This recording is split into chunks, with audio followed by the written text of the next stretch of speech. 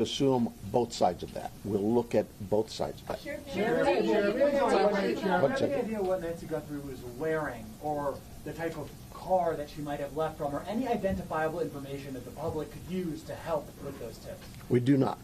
Sheriff, do you believe that one or more than one person was involved in the kidnapping? I just no clue. It could have been one. It could have been more. I don't know. Let me get one second. Is there any indication that Nancy Guthrie is still alive? We know the medication played a critical role here. It's been 48 hours. She needs it every single day. Are you looking for someone that is still alive? We hope we are. We hope we are. Sheriff said earlier that you don't believe there's a wider threat to the public. If you're not sure if it's targeted, why do you believe there's no wider threat to the public? Well, we have crime in Tucson all the time, right? Like any city. And so there, when you say a threat to the public, is there somebody out there who's kidnapping elderly people in the middle of the night every night? We've not heard that. We don't believe that's the case. We do believe that Nancy was taken from her home against her will, and that's where we're at. Sheriff, when you reference violence at the site, can you elaborate on that? And also, was there a sign of forced entry, any valuables taken, any bank or ATM cards used after her disappearance? We're not getting into that. What I'd tell you is, like any crime scene, we processed this crime scene. We gathered all the evidence we could, to include looking for what? Fingerprints, DNA, camera images, everything you can imagine. And we gathered that out. Those things have been submitted forward to labs, to technological companies to help us. And we're like you. We're waiting for those returns to come back. Did you find DNA that did not belong in that house? The window of time from when she was last seen to when she was reported missing, and I know you guys are asking for help from the public, is there any way to narrow down what time you might be helpful? I know there was a report about a pacemaker dinging like around 2 o'clock in the morning. Is there any way to indicate to people, hey, look around 1 a.m. or 2 a.m. to help them identify what might happen? You know, I really don't want to get into narrowing down the time, because narrowing it down means we could miss some tips and leads. We're working on with the data we've submitted for investigative analysis. We're working to see if that time can be tightened up. But for now, we're going with what we told you earlier. She was dropped off at 9:30, and she was found to be missing at about 11 o'clock Sunday morning. Let me get this one first. DNA of anyone else found in the house? We've submitted all kinds of samples for DNA, and we've gotten some back, but nothing to indicate any suspects. Anybody strange in the neighborhood? I know you're looking at video, different surveillance camera, anything that we should be looking at, different cars? I have nothing in that regard. Have any demands been made by kidnappers? We have all kinds of investigative leads we're working on. Sheriff,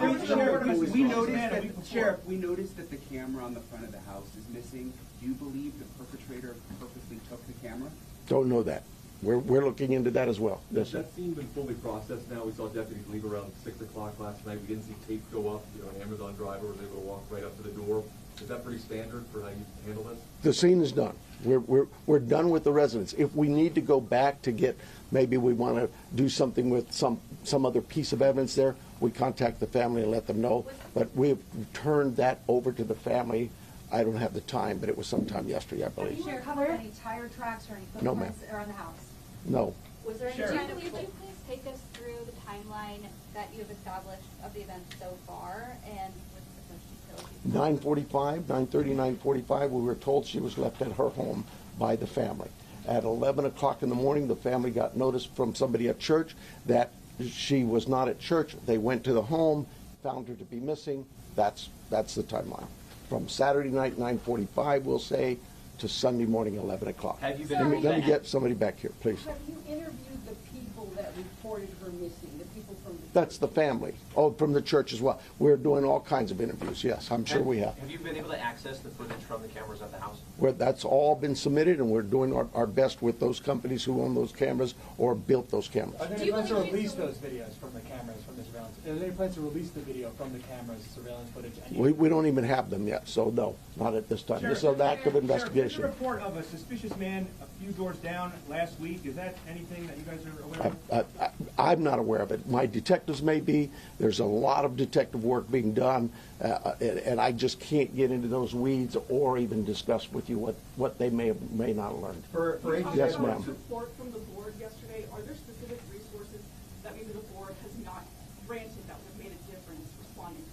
Well, you know, that's getting into my own local politics. I apologize. Yes, the board a few weeks ago denied a request for more cameras, more drones, more AI capabilities with our own body-worn cameras. All those things, you know, that you'd have to talk to the board.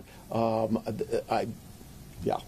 not probably not the right time to go into this. Sheriff, Let me get somebody else here. Sheriff, Yes. do you believe she's still in this area?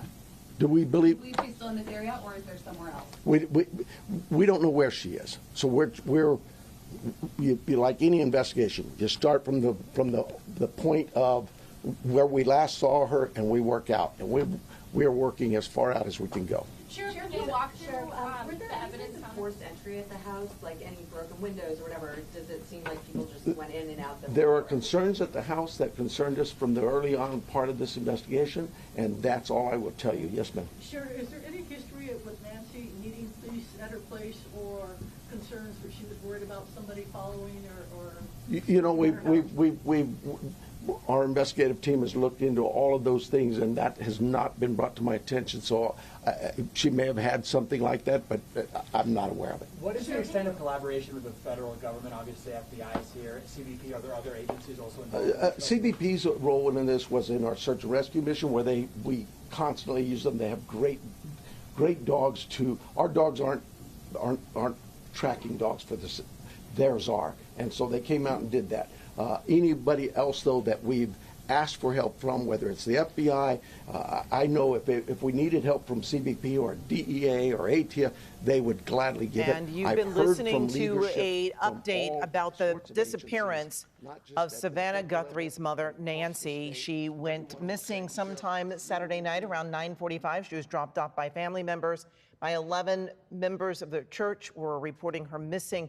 The update really didn't give a lot of new information, but the sheriff was questioned about cameras, even a pacemaker. Yeah, they said at this point they're no longer investigating the home. They did mention, you know, that they are working with the FBI to find any information they can. I used to work in Tucson. I worked in that market for a couple of years. That area where she lives at, he mentioned crime happens all the time in Tucson, but in reality, that area in the foothills is a nicer area where there is not a lot of crime. There's a lot of older people who live there. We saw her home. You know, she's got a home and a lot of yard behind her. So hopefully they're able to, you know, figure out what's going on. Somebody knows something. I mean, hearing this story, this could be our mother or grandmothers who live alone. It's just terrifying, and, you know, thoughts with the family for sure. Yes, certainly we are hoping for a happy ending to this one. We do want to thank you for watching the 10 at 10. We'll be here with local updates throughout the day. Yeah, we're always on CBSLA.com. Have a great day. We'll be back here tomorrow, same time, same place.